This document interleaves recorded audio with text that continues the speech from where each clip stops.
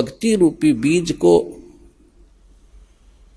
और इस फसल को वही परिपूर्ण करेगा जो इसके बारे में पूर्ण ज्ञान हो जाएगा जिसको। जैसे किसान खेती होता है, हमारे हरियाणा क्षेत्र में नहर से सिंचाई की जाती है और गेहूं का फसल जो है सर्दियों में ही परिपक्व होती है। दिसंबर जनवरी के महीने में यहाँ इतनी भयंकर गर्म सर्दी पड़ती है, शीत लहर चलती है। हम अपने कमरे कक्ष बंद करके रजाई ओढ़ के कंबल जोड़ते हैं या कोई हीटर वगैरह लगा के अपने को ताप प्राप्त कराते। और उस समय उस किसान का खेतों में पानी लगाने का नहर का समय होता है।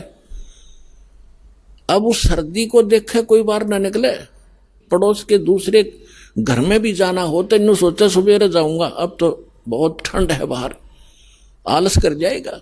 लेकिन वो किसान आलस नहीं करता। इतनी काली पीली रात होती है, ऊपर से सर्दी गिर रही होती है, भयंकर तेज हवा चल रही होती है और वो खेत में पहुंच जाता कस्सी लेकर, और जो कंबल वगैरह छोटा मोटा ले रखा उसको भी रख देता है एक तरफ। उस समय जब वो पानी लगाने लगता है और घुटनों पानी में खड़ा हो जाता है और ऊपर से शीत लहर चल रही होती है, तो वो अपने उस मार्ग का, उस फसल को परिपक्व करने का पूर्ण मास्टर है। उसको ये मालूम है जब मैं आज आलस कर गया और सर्दी से डर के कमरे में बैठा रहा, पानी का समय निकल जाएगा, मेरी फसल सूख जाएगी, मेरे बच्चे भूखे मरेंगे और मैं निर्धन हो जाऊंगा। इसलिए वो सिर धड़की बाजी लाकर चाहे सांप काटो, चाहे कांटे लागो और चाहे नमूनिया हो, उस काम ने करके छोड़ेगा और सफल भी होगा।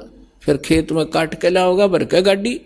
तो पुण्यात्माओं, आप जिस समय इस मार्ग के ऐसे मास्टर बन जाओगे, उस समय आप देखना ये संघर्ष करोगे ही करोगे, चाहे कितना ही दुख हो। दुख तो मान के मार्ग में होता नहीं, लेकिन हम महसूस थोड़ा सा कर लेते हैं, परमात्मा फिर साथ रहता है। आप जब मालिक के लिए संघर्ष करते हो, वो कोई बालक थोड़ा ही है।